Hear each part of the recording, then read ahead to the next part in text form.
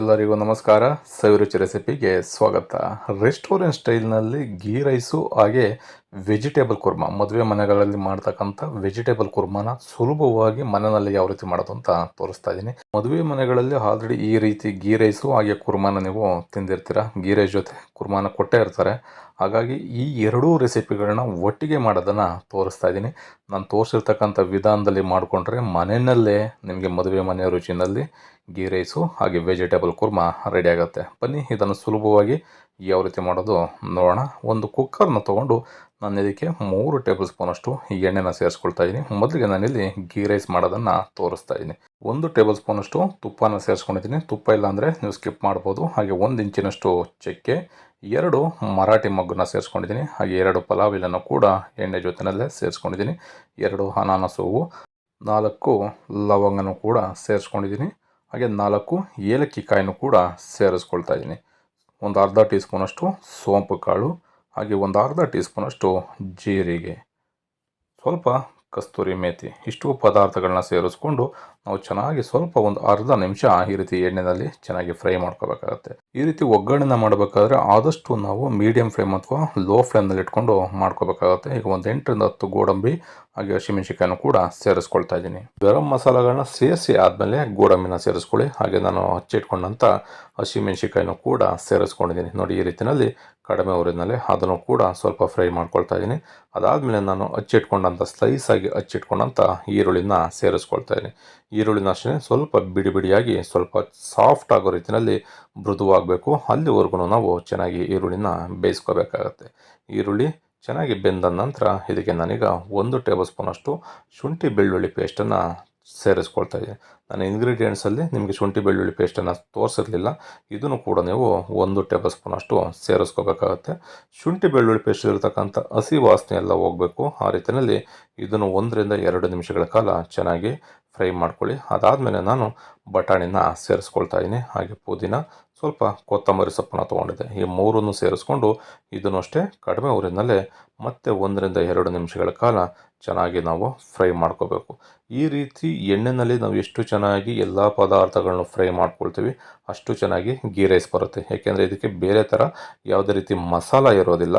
ಈ ರೀತಿಯಲ್ಲಿ ಒಗ್ಗರಣೆ ಜೊತೆಯಲ್ಲಿ ನಾವು ಚೆನ್ನಾಗಿ ಫ್ರೈ ಮಾಡೋದ್ರಿಂದ ರುಚಿ ನಿಮಗೆ ಜಾಸ್ತಿ ಇರುತ್ತೆ. ಈಗ ರುಚಿಗೆ ತಕ್ಕಷ್ಟು ಉಪ್ಪನ್ನು ಕೂಡ ಸೇರಿಸ್ಕೊಂಡಿದ್ದೀನಿ.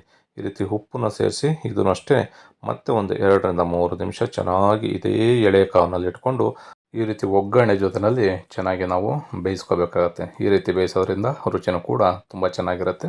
ನಾನೀಗ ಒಂದು ಬೌಲ್ನ ತೊಗೊಂಡು ಇದಕ್ಕೆ 3 ಕಪ್ಪಿನಷ್ಟು ಅಕ್ಕಿನ ಸೇರಿಸ್ಕೊಳ್ತಾ ಇದ್ದೀನಿ. 3 ಕಪ್ಪು ಅಕ್ಕಿನ ನೀವು ಯಾವ್ದು ಬೇಕಾದರೂ ಸೇರಿಸ್ಕೋಬೋದು. ಅಕ್ಕಿನ ನಾವು ಚೆನ್ನಾಗಿ ತೊಳಿಬೇಕಾಗತ್ತೆ. ಅಕ್ಕಿನಲ್ಲಿ ಸ್ಟೋರೇಜ್ ಪರ್ಪಸ್ಗೋಸ್ಕರ ನಿಮಗೆ ಪೌಡ್ರ್ಗಳನ್ನ ಮಿಕ್ಸ್ ಮಾಡಿರ್ತಾರೆ. ಹಾಗಾಗಿ ಚೆನ್ನಾಗಿ ಅದರಲ್ಲಿರ್ತಕ್ಕಂಥ ಪೌಡ್ರೆಲ್ಲ ಹೋಗಬೇಕು.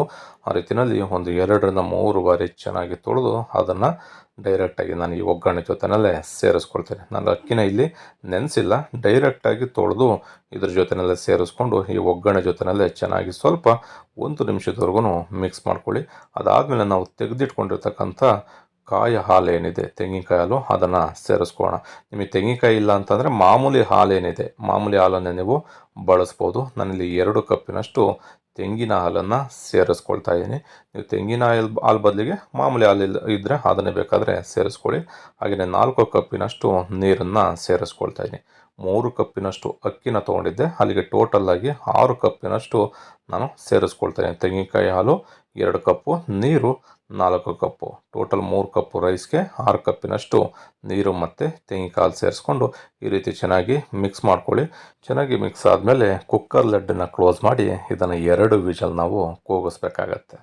ಬನ್ನಿ, 2 ವಿಷಲ್ ಆಗೋ ಅಷ್ಟರಲ್ಲಿ ವೆಜಿಟೇಬಲ್ ಕುರ್ಮಾನ ಯಾವ ರೀತಿ ಮಾಡೋದು ಅಂತ ನೋಡ್ಕೊಳ್ಳೋಣ. ನಾನು ಒಂದು ಮಿಕ್ಸಿ ಜಾರ್ನ ತೊಗೊಂಡು ಇದಕ್ಕೆ ನಾನು 1 ಕಪ್ಪಿನಷ್ಟು ತೆಂಗಿನ ತುರಿನ ರುಬ್ಕೊಳ್ಳಿಕ್ಕೆ ಸೇರಿಸ್ಕೊಳ್ತಾ ಇದ್ದೀನಿ. 2 ಹಸಿಮೆಣಸಿಕಾಯಿನ ಸೇರಿಸ್ಕೊಳ್ತಾ ಇದ್ದೀನಿ. ಸ್ವಲ್ಪ ಪುದೀನ ಸೊಪ್ಪನ್ನು ಸೇರಿಸ್ಕೊಂಡಿದ್ದೀನಿ. ಹಾಗೆ 1 ಈರುಳ್ಳಿನ ಕಟ್ ಮಾಡಿ ಸೇರಿಸ್ಕೊಳ್ತಾ ಇದ್ದೀನಿ. 1 ಟೊಮೊಟೊ ಅದನ್ನು ಕೂಡ ಕಟ್ ಮಾಡಿ ಸೇರಿಸ್ಕೊಳ್ತಾ ಇದ್ದೀನಿ. 1 ಇಂಚಿನಷ್ಟು ಶುಂಠಿ, ಒಂದು ಅರ್ಧ ಟೀ ಸ್ಪೂನಷ್ಟು ಜೀರಿಗೆನ ಸೇರಿಸ್ಕೊಂಡಿದ್ದೀನಿ. ಒಂದು 4 ಲವಂಗ, 8 ರಿಂದ 10 ಗೋಡಂಬಿನ ಸೇರಿಸ್ಕೊಳ್ತಾ ಇದ್ದೀನಿ. ಹಾಗೆ 1 ಇಂಚಿನಷ್ಟು ಚಕ್ಕೆನ ಸೇರಿಸ್ಕೊಳ್ತಾ ಇದ್ದೀನಿ. ಹಾಗೆ 1 ಗೆಡ್ಡೆ ಬೆಳ್ಳುಳ್ಳಿನ ಬಿಡಿಸಿ ಸೇರಿಸ್ಕೊಳ್ತಾ ಇದ್ದೀನಿ. ಇದಕ್ಕೆ ಒಂದು 1/4 ಟೀ ಸ್ಪೂನಷ್ಟು ಅರಿಶಿಣದ ಪುಡಿನ ಸೇರಿಸ್ಕೊಂಡು ಸ್ವಲ್ಪ ನೀರನ್ನು ಬೆರೆಸಿ ತರ್ತರಿ ಇರಬಾರ್ದು, ಆ ರೀತಿಯಲ್ಲಿ ನುಣ್ಣಗೆ ನಾವು ಗ್ರೈಂಡ್ ಮಾಡ್ಕೋಬೇಕಾಗತ್ತೆ. ನೋಡಿ, ಇದರಲ್ಲಿರ್ತಕ್ಕಂಥ ತೆಂಗಿನಕಾಯಿನೂ ಕೂಡ ಕಂಪ್ಲೀಟಾಗಿ ಸವಿಬೇಕು, ಸ್ವಲ್ಪನೂ ಕೂಡ ತರ್ತರಿ ಇಲ್ಲದೆ ಇರೋ ರೀತಿಯಲ್ಲಿ ಈ ಮಸಾಲನ ರೆಡಿ ಮಾಡ್ಕೋಬೇಕು. ಈಗ ನಾನೊಂದು ಫ್ರೈ ಪ್ಯಾನ್ನ ತೊಗೊಂಡು ಇದಕ್ಕೆ ಒಂದು 3 ಟೇಬಲ್ ಸ್ಪೂನಷ್ಟು ಎಣ್ಣೆನ ಸೇರಿಸ್ಕೊಳ್ತಾ ಇದ್ದೀನಿ.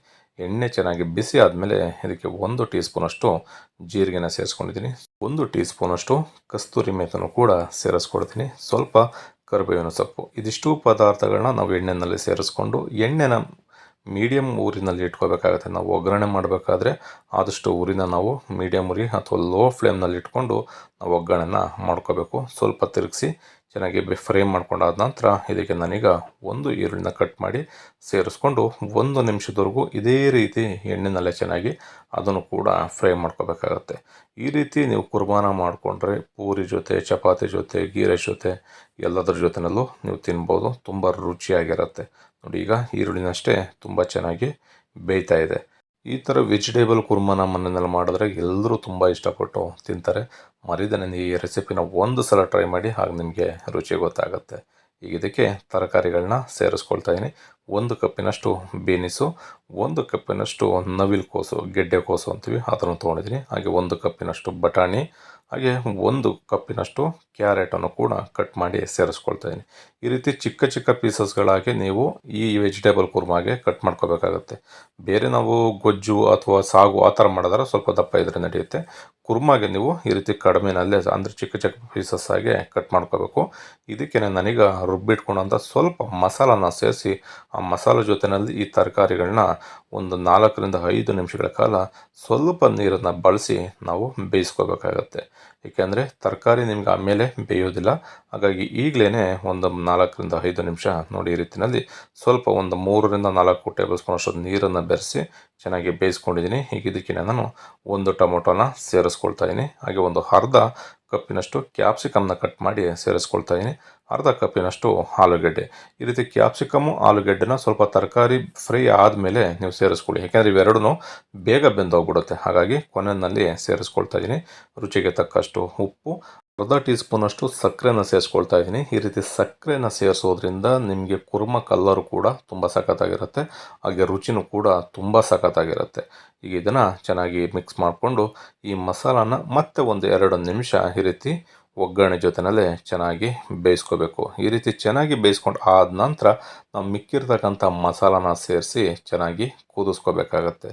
ನೋಡಿ, ಇವಾಗ ಚೆನ್ನಾಗಿ ಮಿಕ್ಸ್ ಆಗಿದೆ, ಸ್ವಲ್ಪ ಚೆನ್ನಾಗಿ ಸಾಫ್ಟ್ ಆಗೋ ರೀತಿಯಲ್ಲಿ ಬೆಂದಿದೆ. ಈಗ ಮಿಕ್ಕಂಥ ಮಸಾಲಾನ ಸೇರಿಸ್ಕೊಂಡು ಇದಕ್ಕೆ ಒಂದೇ 1 ಕಪ್ಪಿನಷ್ಟು ನೀರನ್ನು ಸೇರಿಸ್ಕೋಬೇಕು. ತುಂಬ ಜಾಸ್ತಿ ನೀರನ್ನು ಹಾಕೋದಕ್ಕೆ ಹೋಗಬಾರ್ದು. ನೀವು ಬೇಯಿಸಬೇಕಾದ್ರೆ ಸ್ವಲ್ಪ ಗಟ್ಟಿ ಆಗ್ತಾ ಇದೆ ಅನ್ನೋದಾದರೆ ಸ್ವಲ್ಪ ನೀರನ್ನು ಬೆರೆಸಿ ನೀವು ಚೆನ್ನಾಗಿ ತರಕಾರಿಗಳನ್ನೆಲ್ಲ ಬೇಯಿಸ್ಕೋಬೇಕು.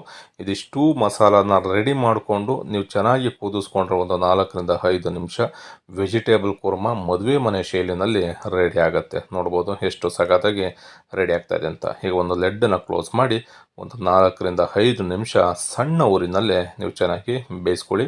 ವೆಜಿಟೇಬಲ್ ಕುರ್ಮಾ ಮನೆಯಲ್ಲಿ ನಿಮಗೂ ಕೂಡ ಇದೇ ರೀತಿ ರೆಡಿ ಆಗುತ್ತೆ.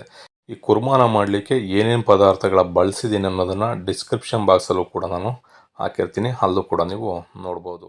ಬನ್ನಿ, ಈಗ ಗೀ ರೈಸ್ ಯಾವ ರೀತಿ ರೆಡಿಯಾಗಿದೆ ಅಂತ ನೋಡೋಣ. 2 ವಿಷಲ್ ಆದಮೇಲೆ ಕುಕ್ಕರ್ ಕಂಪ್ಲೀಟ್ ತಣ್ಣಗಾದಮೇಲೆ ಈ ರೀತಿ ವಿಷಲ್ನ ತೆಗೆದು ನೀವು ಲೆಡ್ಡನ್ನು ಓಪನ್ ಮಾಡಬೇಕಾಗತ್ತೆ. ನೋಡ್ಬೋದು ಎಷ್ಟು ಸಖತ್ತಾಗಿ ಗೀ ರೈಸ್ ರೆಡಿಯಾಗಿದೆ ಅಂತ. ಒಳ್ಳೆ ಕಡಲೆ ಪೂರಿ ಥರ ಇರುತ್ತೆ, ಹೂವು ಇದ್ದಂಗೆ ಇರುತ್ತೆ. ನಾನು ತೋರಿಸಿರ್ತಕ್ಕಂಥ ವಿಧಾನದಲ್ಲಿ ನೀವು ಕೂಡ ಒಂದು ಸಲ ಟ್ರೈ ಮಾಡಿ. ಈ ರೆಸಿಪಿ ನಿಮಗೆ ಇಷ್ಟ ಆಯಿತು ಅಂತ ಅಂದ್ಕೊಳ್ತೀನಿ. ವೆಜಿಟೇಬಲ್ ಕುರ್ಮಾ ಹಾಗೆ ಗೀ ರೈಸು ಎರಡನ್ನೂ ಕೂಡ ಮನೆಯಲ್ಲಿ ಒಂದು ಸಲ ಟ್ರೈ ಮಾಡಿ ಹೇಗಿತ್ತು ಅನ್ನೋದನ್ನು ಕಮೆಂಟ್ ಮಾಡಿ ತಿಳಿಸಿ. ಇನ್ನು ಹೊಸದಾಗಿ ನಮ್ಮ ಚಾನಲ್ನ ನೋಡ್ತಾ ಇರ್ತಕ್ಕಂಥವ್ರು ಯಾರಾದರೂ ಸಬ್ಸ್ಕ್ರೈಬ್ ಮಾಡ್ಕೊಂಡಿಲ್ಲ ಅಂತಂದರೆ ಸಬ್ಸ್ಕ್ರೈಬ್ ಮಾಡ್ಕೊಳ್ಳಿ. ಪಕ್ಕದಲ್ಲಿರ್ತಕ್ಕಂಥ ಬೆಲ್ ಐಕನ್ನ ಪ್ರೆಸ್ ಮಾಡಿ. Thank you.